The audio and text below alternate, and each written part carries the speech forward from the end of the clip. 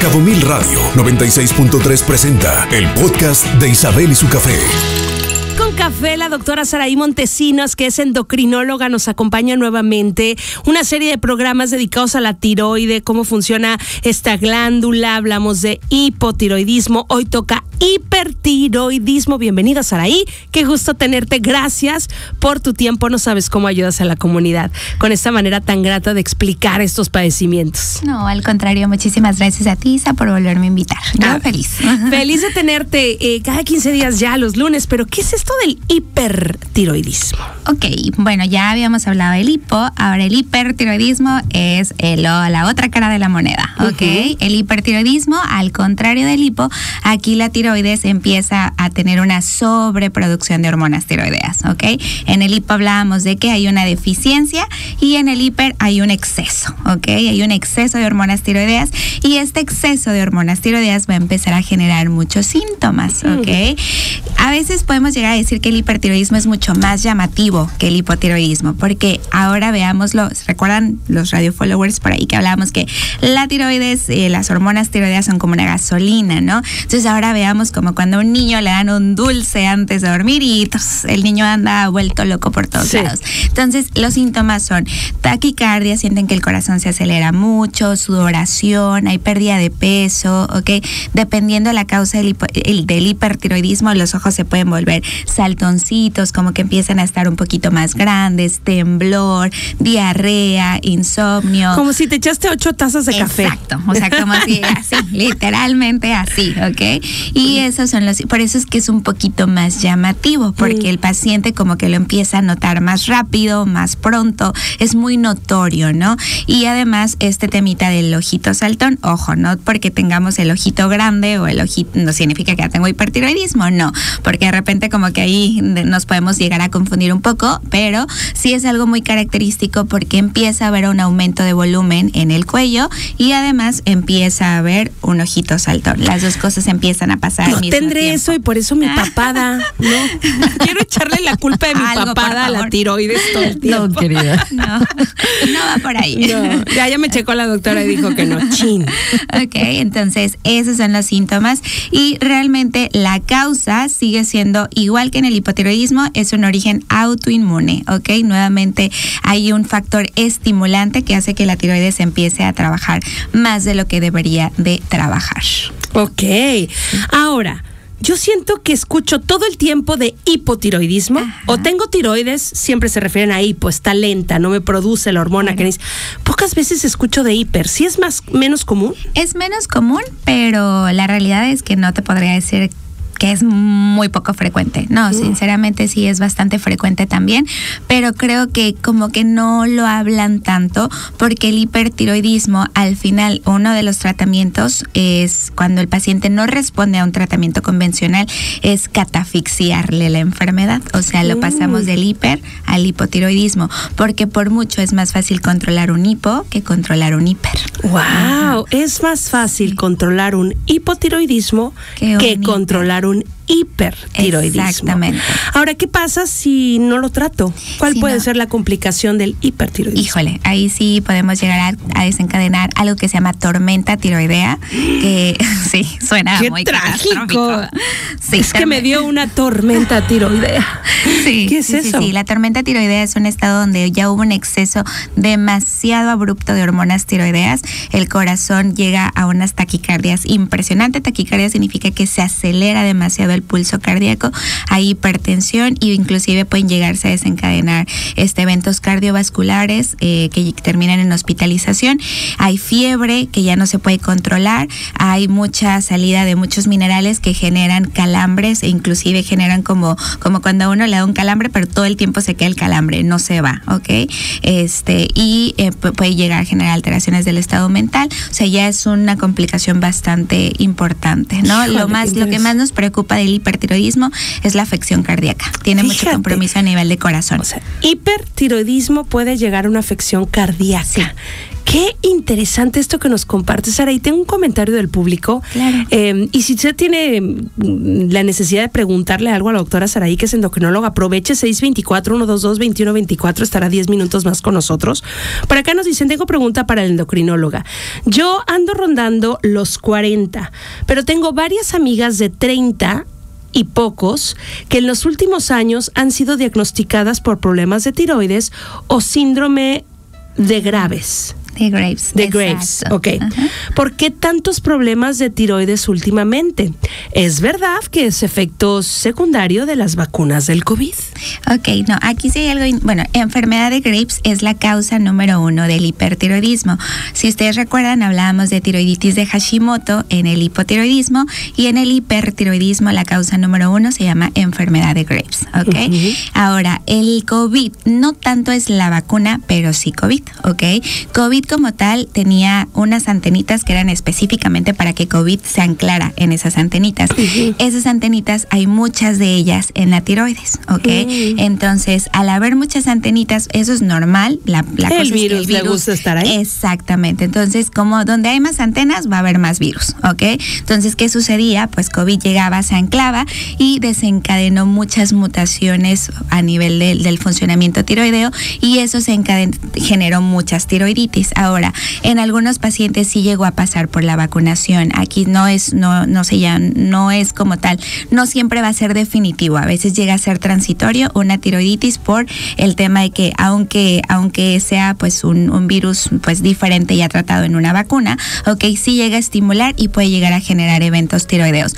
La verdad es que yo se lo achacaría más a la infección por COVID, porque vamos, esto es algo que ya pasaba. Podía llegar a pasar con los virus de la influenza, podía llegar a pasar con cualquier tema viral, podía haber una tiroiditis, ¿ok? O sea, un proceso inflamatorio a nivel de la tiroides. Pero vamos, estamos hablando que en COVID hubo una infección masiva, ¿ok? Obviamente los eventos tiroideos los vimos crecer de una manera exponencial.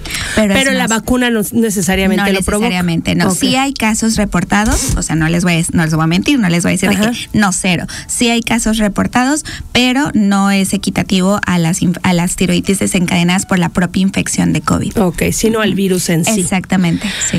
Por acá nos dicen, mi mamá padece mucho de taquicardias. Los cardiólogos de plano no le atinan. ¿Podrá ser la tiroides? De preferencia, yo siempre les sugiero que si empezamos con hipertensión, o sea, de que tengo la presión alta, mucha taquicardia, hay temblor, hay que hacer un perfil tiroideo, porque sí puede llegar a ser alguna alteración tiroidea. Digo, es una alteración tiroidea, no necesariamente una cardiopatía. Exactamente, sí. Y muchas veces nada más resolviendo el tema tiroideo mejora el tema cardíaco, ¿no? Yo, la mayoría de los doctores lo piden, ¿no? A lo mejor digo ahí no sé qué sucedería, pero no, tampoco es como que todas las taquicardias o todas las frecuencias altas van a ser tiroides, pero sí vale la pena descartar la enfermedad. Por acá nos preguntan, ¿es hereditario el hipertiroidismo? No es como tal hereditario, pero sí llega a ser, o sea, si mi mamá tuvo hipertiroidismo o alguna alteración tiroidea, siempre y cuando sea de origen autoinmune, yo tengo más riesgo que el resto de las personas de llegar a desencadenarlo, ¿ok? Entonces sí, pues sí tiene un factor ahí un poquito de herencia. ¿Cómo se trata el hipertiroidismo? Ok. Porque dices que el hipo es más fácil de tratar, pues entonces que incluye el tratamiento. Lo que pasa es que en el hipotiroidismo nada más damos reemplazo hormonal. En el hiper existen 3 formas de tratarlo: con medicamentos, con yodo radioactivo y con cirugía. Ok, entonces sí es completamente otro panorama, ok. El medicamento lo que hace es bloquear la función de las hormonas tiroideas, ok. Lo que hacemos es, si mi tiroides producía un 20% más, hay que bloquear ese 20% y el paciente logra mantenerse en un estado normal, como si no tuviera nada, ok.